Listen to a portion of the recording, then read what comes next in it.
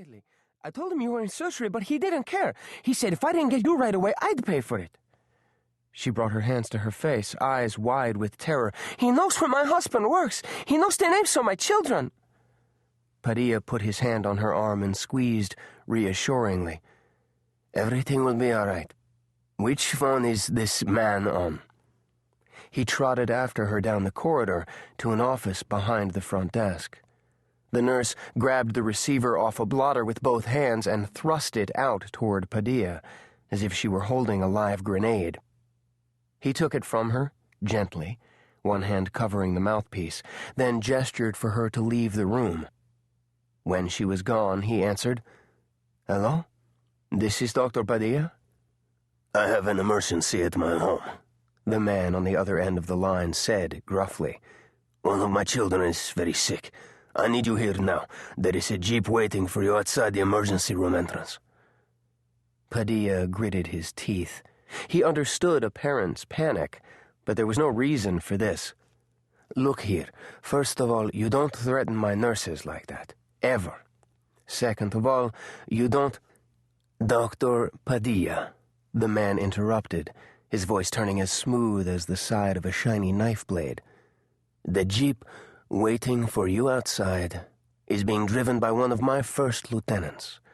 If he doesn't call me within 5 minutes to tell me that you are with him, I will have your wife killed. Do you understand? Listen, you son of a... Your wife is 43 and has a small mole on the left side of her neck. Her name is Rose. She's quite pretty.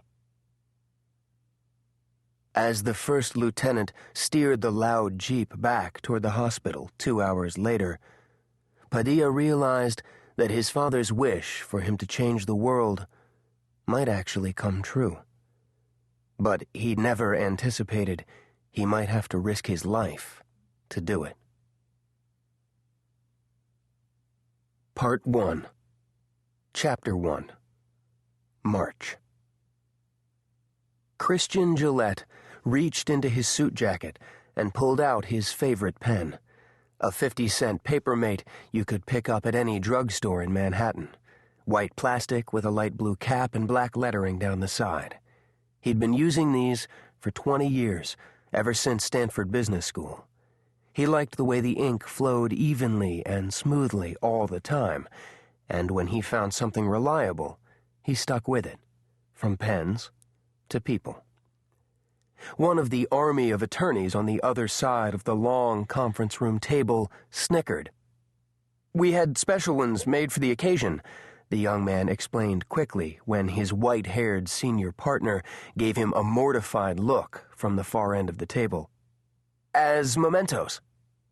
He pointed at a cardboard box in front of him. Nice cross pens. He was younger than everyone else in the room by nearly a decade, a bottom-rung associate less than a year out of Columbia Law School, who'd been working on this transaction for 9 months, basically since he joined the firm. That was how long it had taken to get all the government approvals from both the U.S. and Canadian governments, so they could close the transaction. They've got the deal parties inscribed on them in gold letters, he added, babbling at this point. ExxonMobil acquires Laurel Energy, the date, too. They're way cool. Christian watched the associate turn beet red. Way cool had sounded way wrong in this staid 57th floor conference room overlooking a darkened Wall Street. The senior partner looked as if he were about to explode, too. Sorry, I just meant that...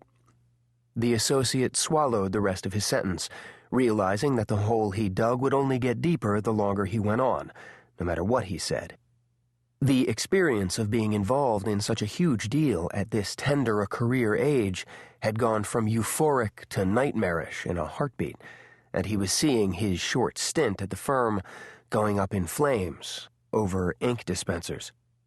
I just wanted you to have a nice pen for the occasion, Mr. Gillette. For all of you to have a nice pen, he mumbled, gesturing around the table, unable to stop himself from talking. Sorry if I... Enough, the senior partner broke in. Good God, where do we get these young people? I appreciate you doing that.